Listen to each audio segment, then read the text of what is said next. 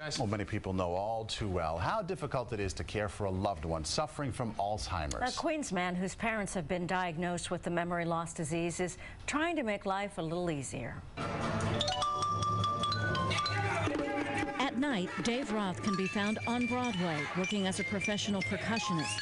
But when he's not on stage, he's helping his parents, both of whom suffer from Alzheimer's disease. It's heartbreaking because you know that you're already losing them before they're gone.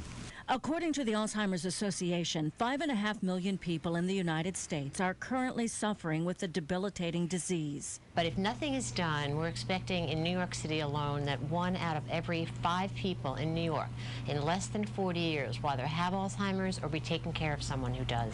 So when Roth saw Alive Inside, a documentary that follows a social worker introducing music into the lives of people with dementia, he was inspired. I know what music, the power of music and how it speaks to me. Music also spoke to Roth's mother, Nathalie. She was a choir director for 35 years before being diagnosed with Alzheimer's. Because of the disease, her vocabulary at one point was down to just a few words. So Dave began singing to his mom. When I was singing the music with her, she was saying, all the lyrics, all these words that she can't form anymore suddenly are coming back to her. You remember that song? And this is her way to communicate. And if you do this with someone and you look in their eyes, I mean, you've given them an incredible gift, and they're giving it back. After seeing his mother's progress with music, Dave Roth thinks every patient with Alzheimer's could benefit the same way. He started a drive to collect MP3 players and distribute them to those suffering from dementia. But I know for my father, the connection that they're able to share through this is priceless. Yay! This is a good thing!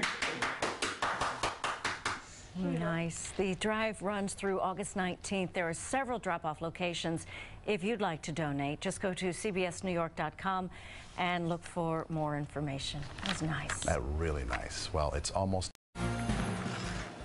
more than a year after Elmhurst Park opened up in Queens. Its public bathrooms finally debuted a couple of weeks ago. The facility looks nice, but the price tag has some people upset. Yeah, that's because it cost $2.3 million to build. Money some say has been flushed down the drain. Robert Holden and Anthony Nunziato are presidents of their neighborhood civic associations, and they fought long and hard to bring Elmhurst Park to this site, which could have been a Home Depot. Now, though, they say the cost of the public bathroom facility just plain stinks. Anybody out there could tell us or the taxpayers that a bathroom like this should be $2.3 million. I mean, that's obscene. It's large, but it's not functional. And that's the key here, what's functional. Inside the men's room, there are 2 urinals and 1 stall. In the women's room, there are 3 stalls. Each has 2 sinks, 1 diaper changing station, and 2 hand dryers. It's just a tremendous waste of space and especially money. This may be a great bathroom for Donald Trump or even Mayor Bloomberg.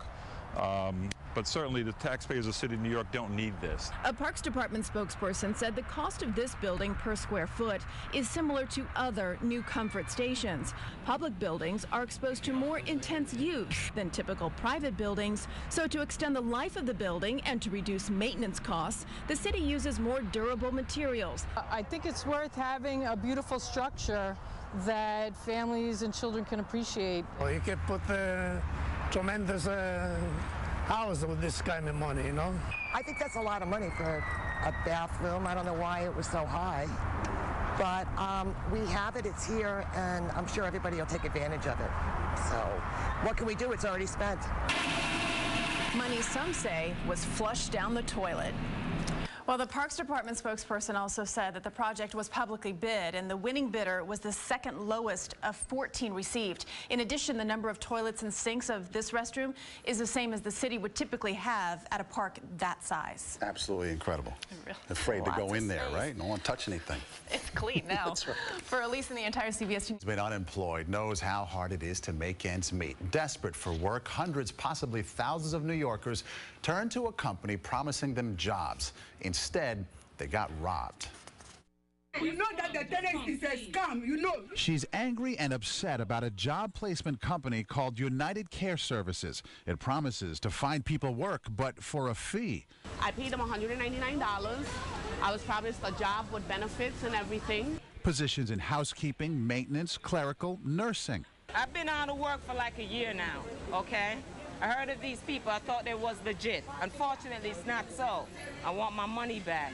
The money was supposed to pay for background checks and uniforms. This is money that I borrowed, money I have to pay back.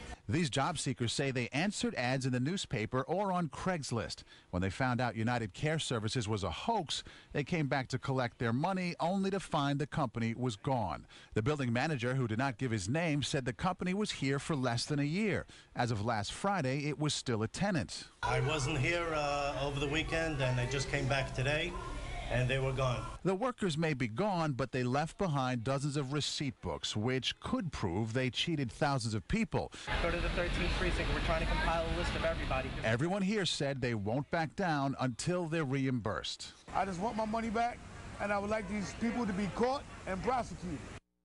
Job seekers plan to take their cases to court. In fact, they'll be there first thing in the morning to begin the process. A group of New Yorkers allegedly scammed out of thousands of dollars by a job placement company is demanding justice. Today, our cameras were there as dozens walked the streets, going from building to building, trying to find help in their case. It's a CBS 2 exclusive. Fueled with frustration, a dozen job seekers who say they were ripped off by a work placement company called United Care Services pounded the pavement with one common goal: to get their money back and to prevent it from happening to someone else. People shouldn't be preying on people who really has nothing or trying to make ends meet. We'll hopefully be able to go far with this and only pray that we can help people that are not even here, who lost hope in getting their money. The group first went to court but were told their case is too big for small claims. They were directed to a legal services organization. It's very rare that in fact, I've never seen such a big or well-organized group come together and come to a legal services office looking for justice, as well as being concerned about identity theft and the collateral consequences of having given out very personal, sensitive information. That's right. In addition to giving away their money, they also gave out their Social Security numbers and other personal information. Some went to get their money back on Monday. The only worker left at the placement company couldn't help and left.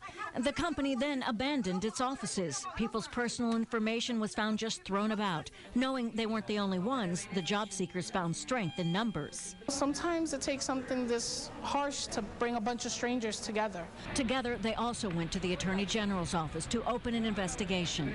My hope is that the Attorney General's office will be able to move quickly after they process all the complaints, and will be able to find the perpetrators before they sort of disappear. At this point, these people want the scam artists caught and prosecuted. Do the investigation. Arrest these people, lock these people up, because it just ain't right. We're not going to stop. The group urges other alleged victims to join them in this fight. They'll be gathering outside the offices where the United Care Services company occupied this coming Tuesday, 11 a.m. CBS 2 will continue to follow the story. We'll let you know the outcome.